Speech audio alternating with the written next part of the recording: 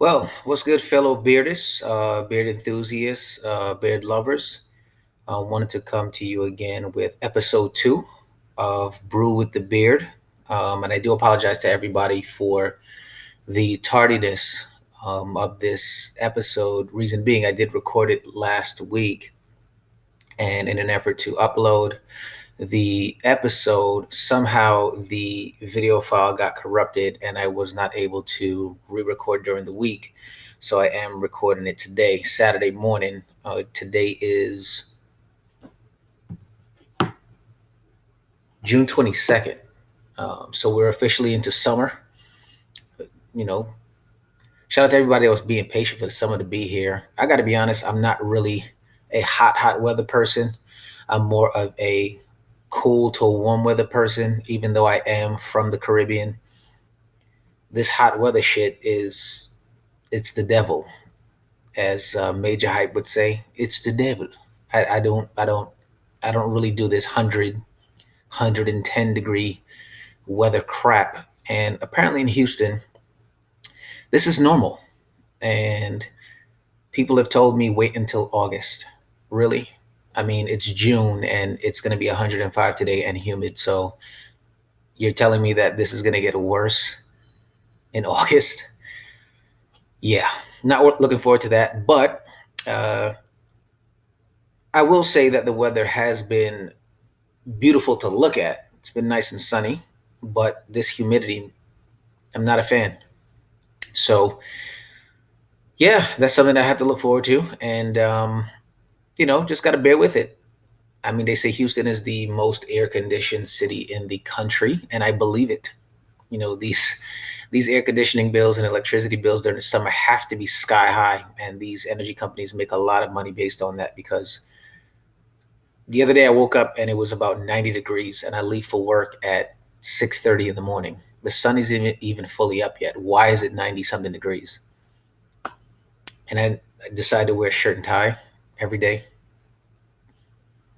Not a fan. Anyway, so yeah, the last file was corrupted and I have to re-record this. But the good thing is that now I have some new material that I wanted to speak on. So a couple of things that over the week on social media, people have had different um, viewpoints and opinions on. And I think in the way that I think sometimes that maybe I am a little bit too old school, but there's just certain things that I don't understand. And I'm not going to get all political and be on a soapbox today. I do plan to have a little bit of fun while I'm doing the video blog, but just a couple of things that, hit a nerve this week. And I'm going to go ahead and talk about that. On top of that, thank you to everybody that submitted questions within the last 2 weeks. I got some really, really good questions this week. And believe it or not, um, most of them that I'm going to read actually kind of involve beard care, but one of them in particular speaks on a social issue that I've been pretty passionate about within the last week. So I'm excited to read those questions, and thank you to everybody that continues to submit their questions. Thank you to everybody that continues to support. I actually got a couple of text messages early this week, that were asking me when's the next episode coming out.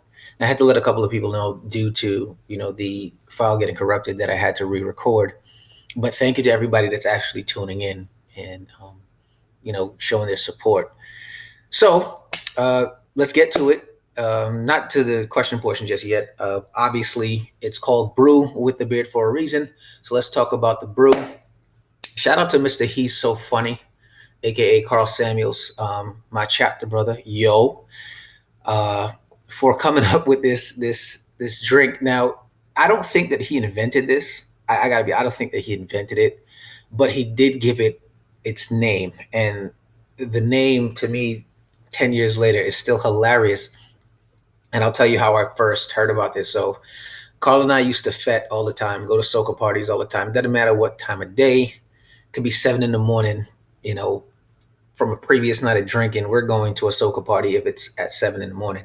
So one day we were going to, I believe it might have been Moksha or Camboulet, one of the two, one of these big powder fets, paint fets in New York City, and it was too early in the morning to go ahead and get liquor.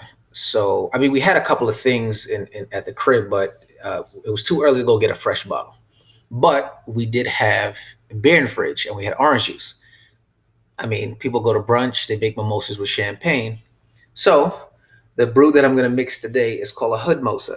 So I got my orange juice here, about a half a cup of orange juice. And I'm going to go with a different brand of beer. Normally you would do like Corona. You would do not necessarily Heineken, because Heineken, it tastes okay with the bit with the orange juice.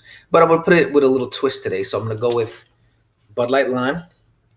So just crack open a Bud Light Lime. And yes, it is 8:20 in the morning on Saturday, and I am opening a fresh, ice cold Bud Light Lime to put in my hood mosa. But it's called Brew With The Beard, right? Didn't feel like drinking tea today.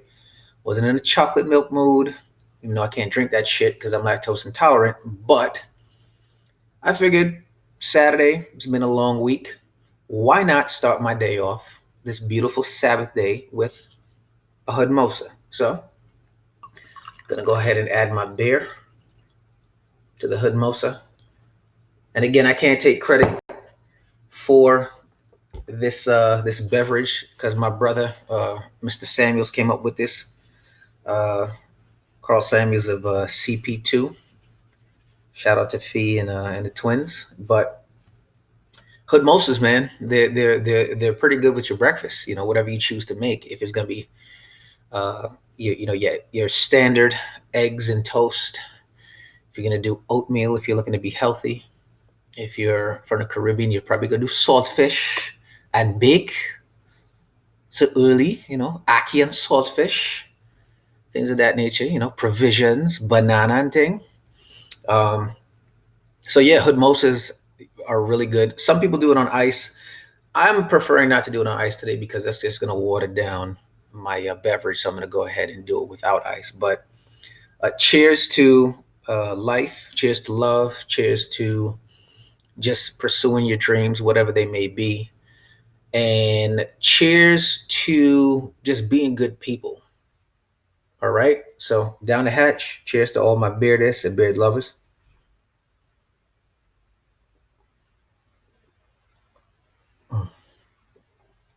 That is delicious. That is absolutely delicious. Ooh, let me take another sip. Man.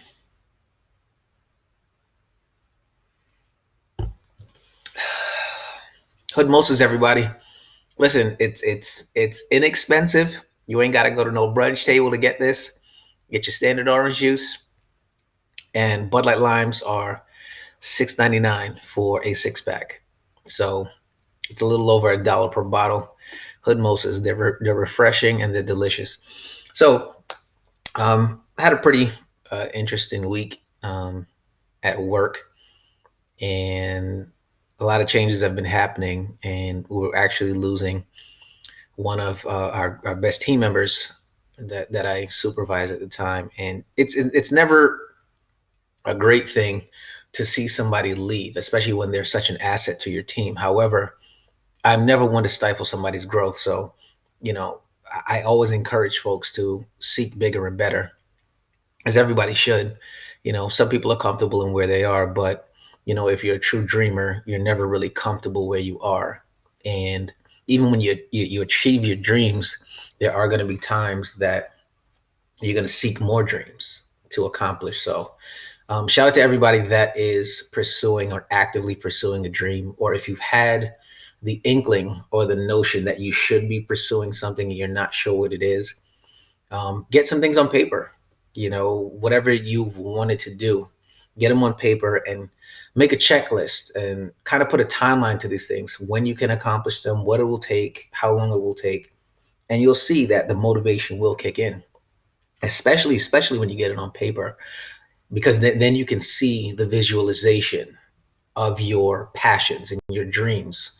And then that way you're a little bit more motivated than this thinking about them. Once you see them and you can see them every day, and then you can make changes to them physically as opposed to changing your mind, you'll see that your degree of passion will rise. So I encourage everybody to do that. So there's a couple of things that I'm doing in order to pursue a couple of things.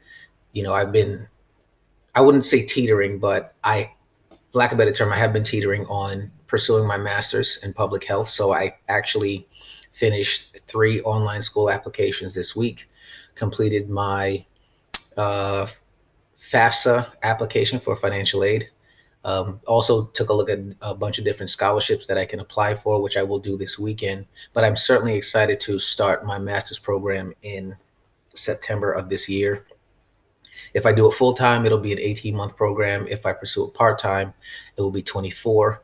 I'm looking to hit the gas and do it in 18 because this has been something that I have been pursuing for a very long time. Also, with the video blog, this is something that, again, I had thought about doing and had some ideas down on paper. I just never actually sat my ass in a chair in front of the computer and did it. And now I'm doing it. And I'm actually very excited to see the response that I'm getting from people. So certainly excited about that.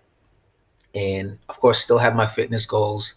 Not there yet, but I took all of last week off. I don't know. I was really, really fatigued last week for some odd reason. But this coming week, starting today and tomorrow, I am going to go ahead and get my tub of shit ass back in the gym and going to ensure that I do at least an hour a day. I'm trying to live a very long time. At 38, I think this is the peak time that I should be in shape, you know, carrying myself into my 40s and ultimately into my 50s. I want to be in great shape and I want to live for a very long time to do a lot of things. So, encourage anybody, who is out there and you've been kind of on the fence about doing things that you want to do, get them on paper. Get them on paper, see what they are, see how long it's going to take, and then put a plan in action, and execute that plan, even if it's baby steps to execute that plan. As long as there's execution and progressive execution, you may have some times that you may have to take a step back and kind of call an audible, switch things up a little bit. But as long as you're doing something toward your dream or something toward a goal, I would encourage everybody to do that. So, what I'll go ahead and do now is take another sip of the brew. God, this is delicious. And forgive me if you see a reflection here, but the sun is really coming through bright today. But I know it's hot as ass outside, and I'm not ready to go out just yet. I actually have a team building exercise and event with some of my coworkers later on today, which I'm pretty excited about. But I just know that once I step out into that Houston heat, that it's going to be a little different today. And it's supposed to be very, very humid, but it's supposed to also touch the hundreds. So let's see how excited I get about that shit, right? Anyway, so I got a couple of good questions here, which I will read in a tiny bit, but there were a couple of things that I wanted to touch on. First of all, congratulations to the Toronto Raptors. Got to be honest, folks, I did not see that coming. I knew that they were a good team, but I also anticipated that Golden State has dominated the NBA for so long, for the last couple of years, that you kind of get this notion that certain teams are invincible. But then when you see some of their key players, their best players, go down with injuries, you still kind of expect that their bench would pick up the slack, maybe not in the same effect that a Kevin Durant or a Klay Thompson would have had, but you're still expecting some sort of air of perfection with them. And I got to be honest, they got somewhat exposed. Their system got exposed that they're pretty dependent on a couple of players to make things happen. And Toronto just fought. They fought with grit. Even some of their players that you wouldn't have expected to. Kyle Lowry surprised the shit out of me. Kyle Lowry, Van Vliet, Danny Green, Siakam, Serge Ibaka. These guys played their asses off, man. And it's a well-deserved championship. So shout out to the Toronto Raptors for their first NBA title. Kawhi Leonard, man, a lot of people may make fun of him being kind of stoic and quiet, but that kid is amazing to watch. And he's a leader. He leads by example. And again, I did not expect that he would have been the one to carry Toronto to a championship. But look, it's here. 2019 NBA champions. Do I see a repeat? They're going to have a lot of competition coming up in this upcoming NBA season, but they're a team to reckon with.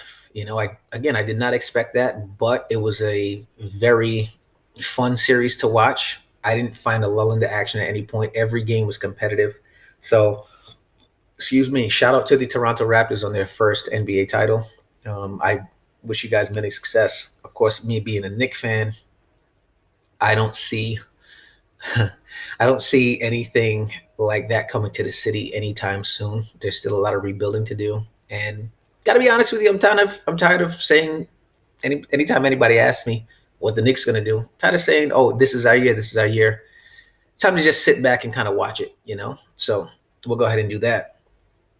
Another thing I wanted to talk about was I saw a couple of videos this past week, and for those who know me that are close to me, they know whenever I say something vexes my spirit, that it really makes me upset. And I don't mean upset where I'm just going to be sitting and knitting my brow. And I'm talking about I was to the point of foul language and my heart is beating fast, and I'm just really upset by watching these things. And 9 times out of 10, when I watch a video and it vexes my spirit, and it's sad to say, it normally involves law enforcement and Black people. And I won't sit here and say that we as Black folks don't sometimes have a combative nature when it comes to law enforcement, because we do.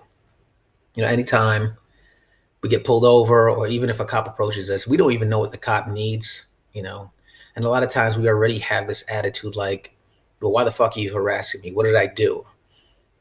But based on our experience as Black people in this country, I feel that we have a legitimate reason to feel this way. Not saying all cops are bad, because that's not the case, but based on your experience, that's going to mold the way and shape the way that you interact with other people that may be a part of a certain group. And we should, as human beings, be able to differentiate and separate certain experiences from certain groups.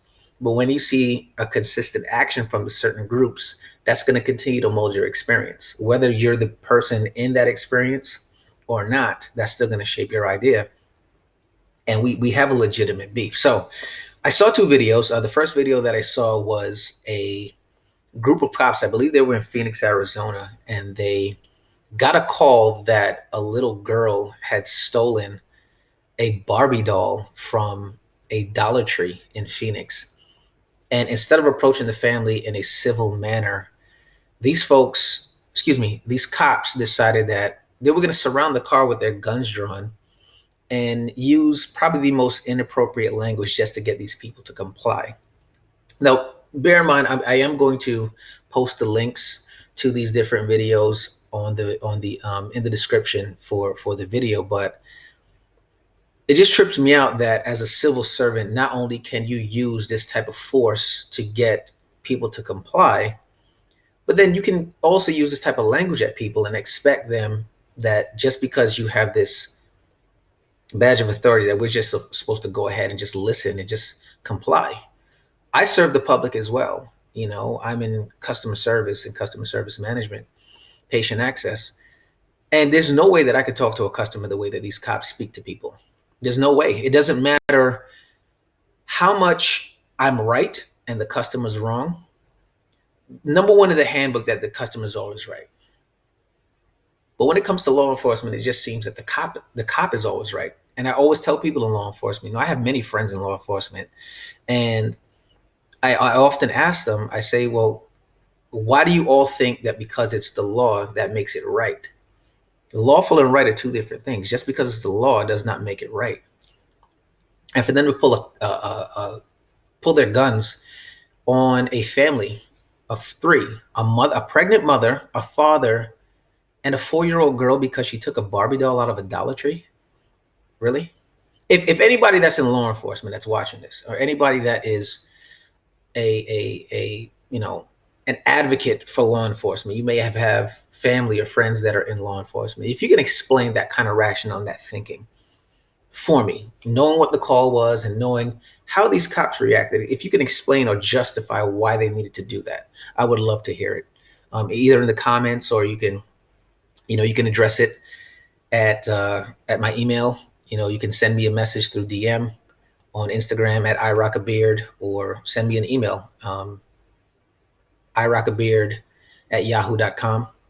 Now, I would love to hear your opinions, because I could not make sense of that. Why these cops had to use such force for a 4-year-old walking out of a Dollar Tree with a Barbie doll. If anybody can explain that to me. And the second one that I saw was, what was this video? This one was in, lost my train of thought. Where was the second one? Let me get back to you on that, because there was 2 videos that I saw. This hood most of might be getting to me. But anyway, the second set of videos that I saw was a kid at looks like a preschool graduation. And you can see in the beginning of the video that the teacher's marching in, I guess, the second half of the graduating class. Must have set the first half. And this kid decided that he's going to get up and, kind of kick the wall, walk around where everybody's seated. And after the teacher sits down the entire class, she says, good morning, boys and girls. And, this kid just blurts out, "Shut the fuck up." Like, this kid has to be no older than 3. So immediately in my head, I'm a little old school. I'm thinking to myself, well, you got to uppercut that kid in the stomach. First of all, that's highly disrespectful, but that's not behavior that this kid has taught himself. This kid has obviously learned that from home, or learned that from the type of shows that he may be watching, or this is not behavior that this kid has taught himself. So then the teacher looks at him and says, "Do you need to leave?" Talking to him and trying to rationalize with this kid. And I do believe that you need to speak to kids like they're humans. We don't need to do that Google Gaga talk and talk down to kids and look down on them when we're talking. You need to get at eye level and talk to them like they're human beings, which they are. But then she says, "Do you need to leave?" And this kid says, "No, bitch." And then you see what appears to be his father, or maybe a father figure or an older brother, come and snatch this kid out of the video frame, and then the video ends. But my thought is, at what point do we continue to spare the rod on these kids, man? I mean, get it, yes. And these parents need to be accountable for these things. But I mean, how does a kid learn that type of behavior? And how do we, as adults in 2019, allow ourselves to pursue this type of behavior in a household? Like, you have a kid that's impressionable. These kids are sponges. And you have to know that as a parent. So you're going to allow your kids to listen to the same type of music we listen to. Okay, if you enjoy a little trap, or you enjoy hip hop, or you enjoy reggae or dancehall or soca, I mean, all these types of music do have their air of vulgarity in them. All types of music genres do, even R&B. The only one that probably doesn't is gospel, but we can talk about what these gospel singers do in their own private time, but that's another story. But we're going to allow them to do that, and then we're going to watch these vulgar shows in front of them and think that they're not going to pick up on things, or we're going to have arguments with one another, or have arguments with other people, or vulgar conversations in front of our kids. But then we're shocked when the kids act that way. And to be honest, some parents aren't even shocked. Some parents actually encourage their kids to speak in this manner to other adults and to other children, using vulgarity and cursing. It's beyond me. When I grew up in the 80s and in the 90s, you think I could look at another adult and curse at them and not get the shit beat out of me twice? I went to a school where it was allowed for the teachers to put a slap upside your head if you thought that you were going to go ahead and disrespect this teacher, this adult. But we live in an age where shit is funny. People record it and put it on Instagram and put it on Facebook, and people get likes for this bullshit. Kids, 3 years old, cursing out full adults, and people think it's funny. And then if you try to discipline this kid, these fucking parents are gonna try to come and fight and cause conflict with you as the other adult. They're not looking at the kid and trying to discipline the kid. They're gonna come and try to fight you and sucker punch you and all kind of shit. What kind of society do we live in, man? It's terrible. You know, I can't imagine bringing up my kid like that, man, and bringing up my kid in a society where it's okay for kids to disrespect adults. It's bad enough that adults disrespect adults. You know, I'm not saying that somebody don't deserve a good cussing once in a while or putting your finger in their face and letting them know what's what. You know, but kids, what are we gonna do in 10, 20 years when social media has continued to take off and people are doing dumb shit for likes, doing the hang myself challenge and eating fucking dishwasher pods for likes, the dishwasher pod challenge. Like we're raising a bunch of brain dead fucking kids, man. And the adults are allowing this shit because we're getting trapped into this whole social media shit. And it's sad. It's really sad to see this happen. When you got people that are 40 plus, and they got kids that are in their 20s. And these fucking parents, they're doing more selfies and duck face, fucking, what is this shit? A Snapchat more than their kids. And then their kids are unruly and going around disrespecting adults. And then the parents are encouraging their kids. I don't know. It's just I don't know what type of road we're going down, but it's terrible. It's really bad. So I'm gonna post the links for those videos. And I just remember what the other video was. This was in Baltimore, where a set of police officers were detaining. I don't know what he was suspected of doing, but they had a gentleman detained on the street, and apparently it either just rained or was continuing to rain, but they had this gentleman, a black gentleman, sitting in a puddle, and a group of young black men passed, and one in particular said to the cop, why do you have this man sitting in a puddle? You can either have him stand up or lean against your car or sit him somewhere else where he's not sitting in a puddle. Why do you have this gentleman sitting in a puddle? And the cop proceeds to tell this man to mind his business. And all the man was saying, well, you don't have to have this man sitting in a puddle. But he continued to walk. This cop, white cop, decides that he's going to tell his partner, hey, make sure you detain this guy. After the partner comes to detain the guy, the cops, you can see in his video camera, chases down the other guy that just made a comment about not allowing this man, a grown man, to sit in a fucking puddle. As a courtesy to this man, don't sit in a puddle. Went and tackled this guy. Him and another cop went and tackled this guy and put cuffs on him. And then when the guy was asking, well, why are you arresting me? Why are you arresting me? I'm going to sue you guys. Why are you arresting me? You know what his excuse was? This cop told him, because you don't know your place and you don't know how to mind your business. And this is what you're putting the cuffs on me for and taking me down to the station because I don't know how to mind my business? Because I don't know my place? What is the screening process for police officers in this fucking country, man? What is the screening process? Anybody can apply and become a cop as long as you pass the physical and the psychological test at that time. Do they get retested at any point? Because some of these cops, man, some of these law enforcement officers, it's like the stuff that they do to people and the way they violate people's civil rights. And once you don't know the law, that's when they trap you, when you don't know the law. You're going to arrest a man because he made a comment?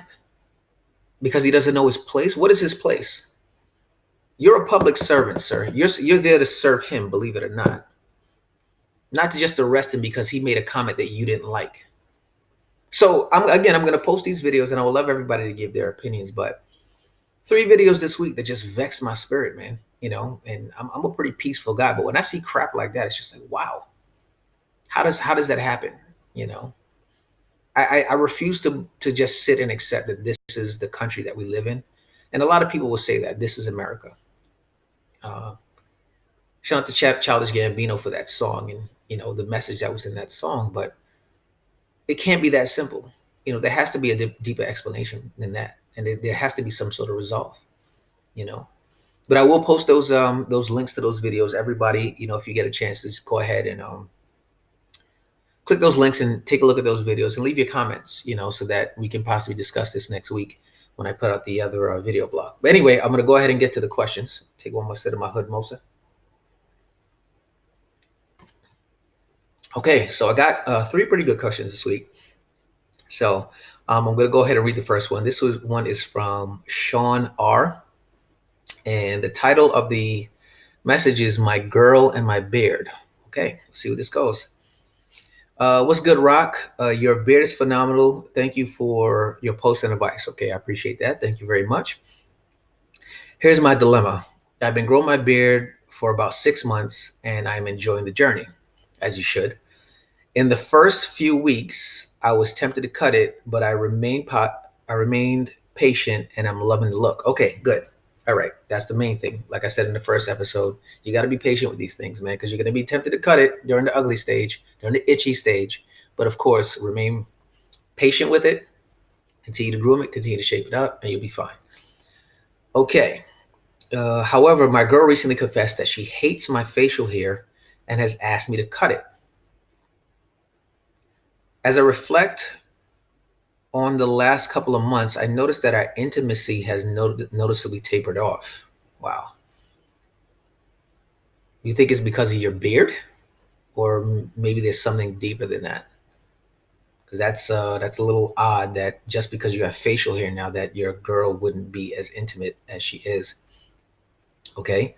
Bro, I love my girl, but I also love my beard. What should I do? And is there a balance? Help me out and thanks. Okay. Honestly, what I think you should do, you should have a talk with your lady. You should have a talk with her and try to find out if there's a deeper rooted reason as to why she hates your beard. It could be just the look. It could be that maybe the beard to her doesn't look good on you. Maybe it looks a little.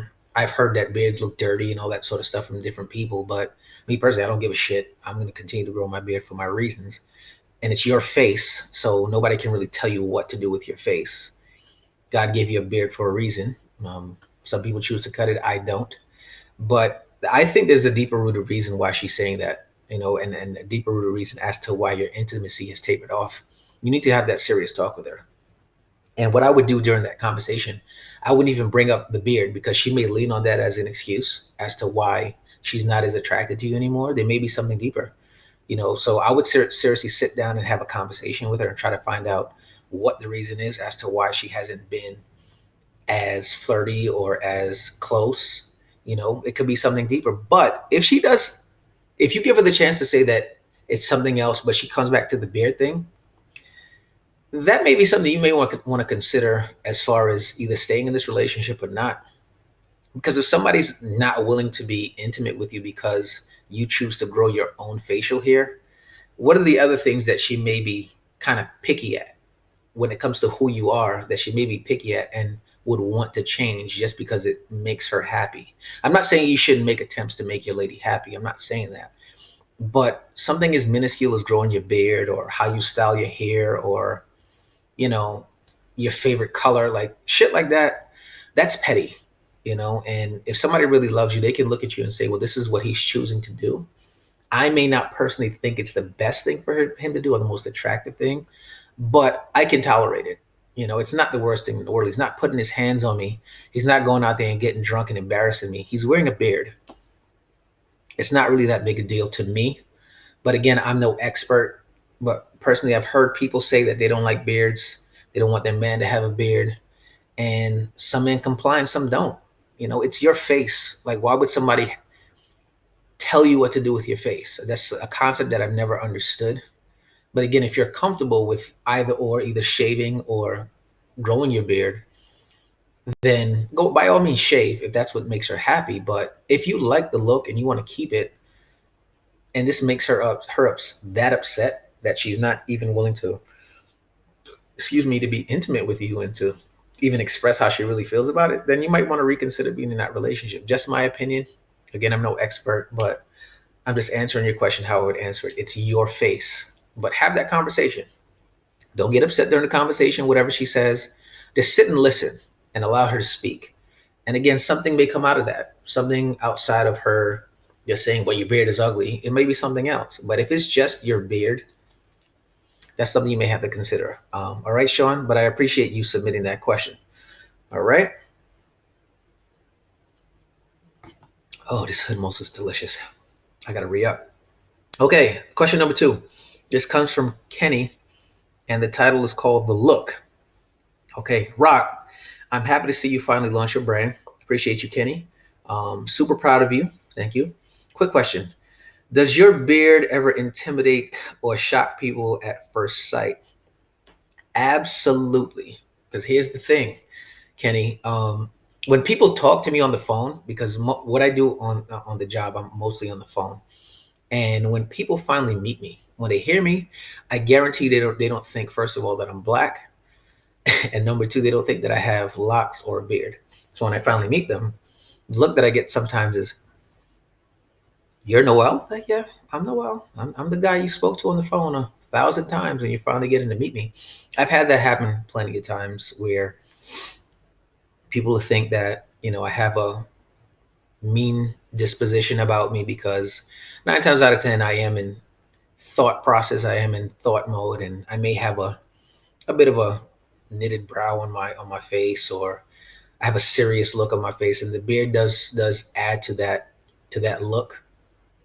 But yeah, the beard, I wouldn't say intimidate, but it does shock people because people don't expect me to have, first of all, to have the look that I have, and then to have this beard growing out on my face, this big burly beard growing out of my face. They wouldn't expect it. So it's funny you asked that question because, like I said, there have been plenty of times I've spoken to people over the phone for months and never got a chance to finally meet them. And then when I approach them and they hear the voice, they're saying, "You're Noel?" Like, yeah, I'm Noel. This guy with this big beard growing out of my face. But that's a very interesting question. I actually was laughing about that earlier this week before reading this. So yes, it does happen. All right. Thank you, Kenny, for your submission. Last question. This comes from a young lady named Chandra T. Okay, Chandra. And the title of it is James Harden Reference. Okay, here we go. Hey, you. Great to see you launch. Long overdue, but we are excited and proud of you. Okay, thank you very much. Now that you live in Houston, you must get "you look like James Harden" comments all the time. How do you react? How do you react? Love you. Love the beard, bro. Much success. Thank you very much, Chandra. This happens 11 times out of 10 that I'm on the street, especially if I'm wearing the color red, because that's Houston basketball colors.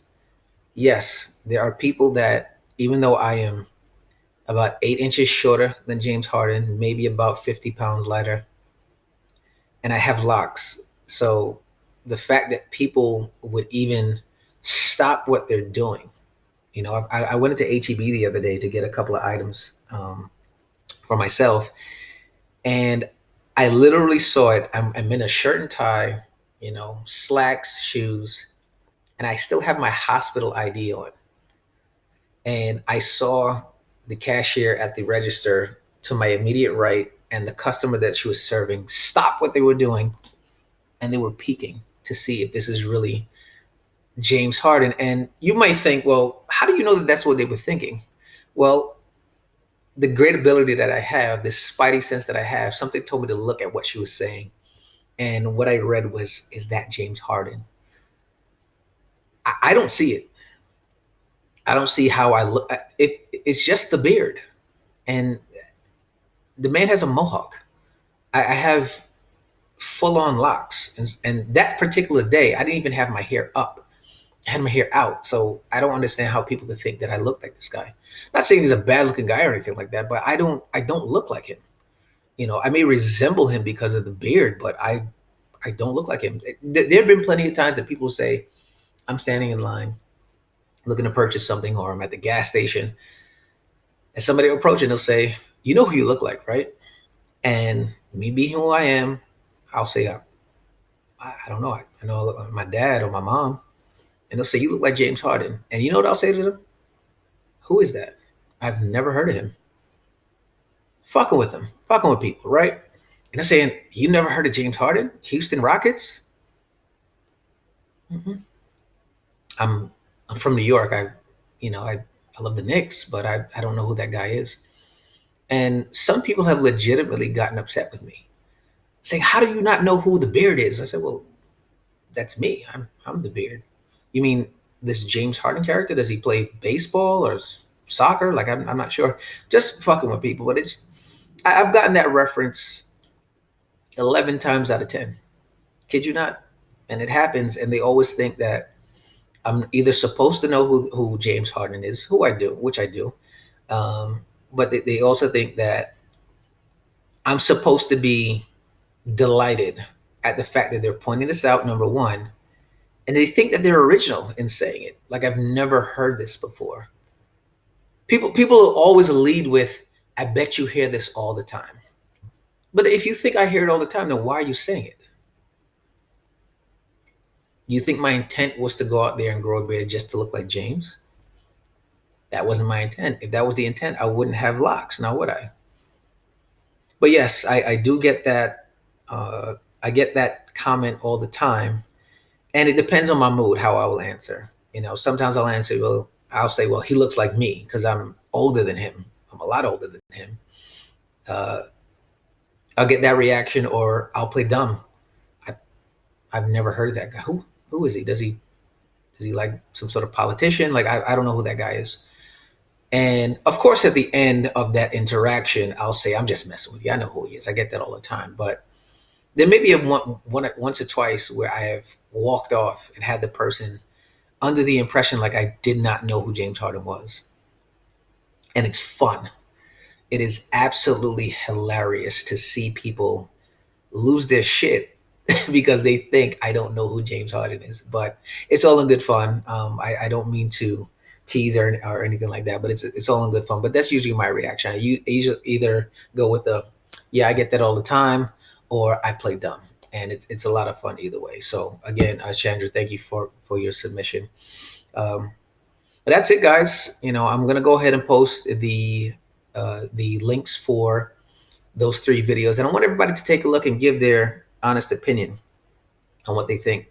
And I hope I didn't go off too far off the rails and get on my soapbox too big today when speaking about that. But it's just certain things that I get passionate about when I see the decline of the human race, man, just because of social media and a lot of influences that we actually can control, but at this moment they're controlling us.